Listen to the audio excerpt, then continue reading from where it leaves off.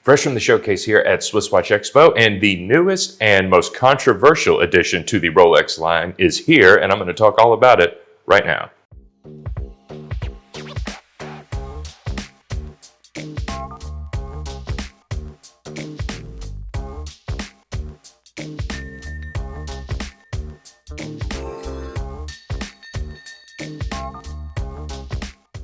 It is 2021 and Rolex has just introduced an Explorer I in a two-tone finish, the first time in this watch's long and storied history. One of the absolute prides of the Rolex sport line, the Explorer came out in 1953, sort of to commemorate the scaling of Mount Everest, which I'm not a big mountain climbing enthusiast. I had no idea it took us that long to do that. But in 1953, that expedition was a success, and they actually wore a Rolex, not an Explorer, because the Explorer was sort of in production coinciding with it. I'm not sure if they just couldn't get it to market or couldn't get the prototype done in time.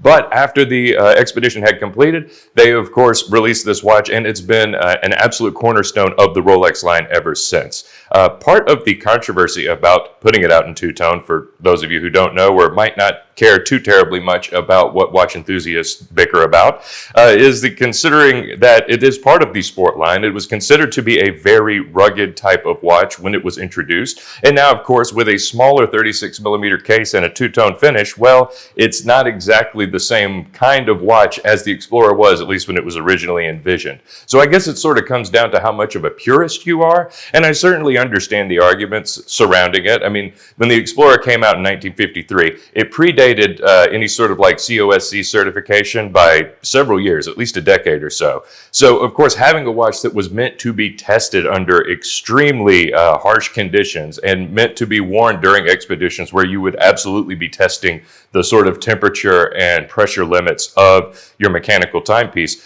this was sort of a breakthrough, or at least in the way it was marketed. I'm not really sure how durable it was compared to other sport watches of its day, but Rolex certainly did a fantastic job of convincing the public that, and as such, people have been buying and loving the Explorer ever since.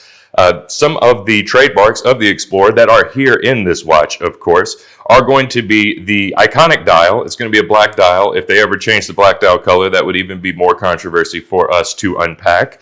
But it'll always have a black dial, the 3, 6, and 9 Arabic numerals in that position with the triangle up top, and of course the Mercedes hands, as it's colloquially called, because of course the markings here on the hour hand are a little reminiscent of that. That's sort of the iconic things that an Explorer always have, and as far as I know, unless Rolex gets really controversial in the future, always will. Another thing that it almost always did have was a brushed finish. I believe every case and bracelet had a fully brushed finish to, of course, make it a very rugged looking sort of adventurer's mountaineering type of watch.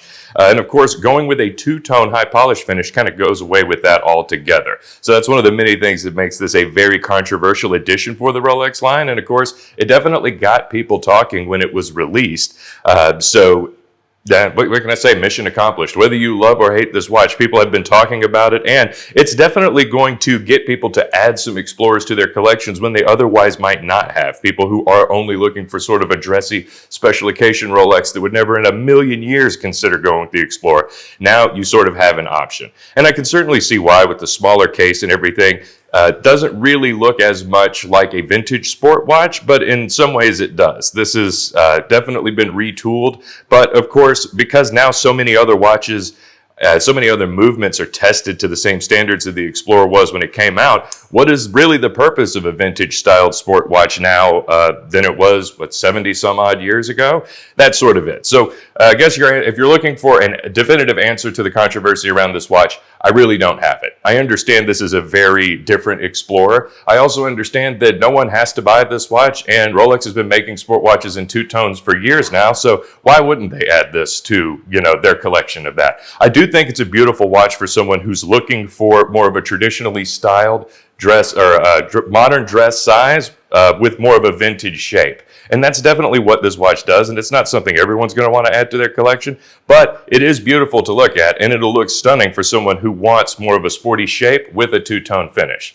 And of course, Rolex is still making this watch in steel if for some reason the two-tone is just too strange to look at. And it's not that big of a departure from the earlier models of it. Again, this is still very much an Explorer at its heart, and anyone who's familiar with that model should be able to tell the first thing, really the moment they look at it.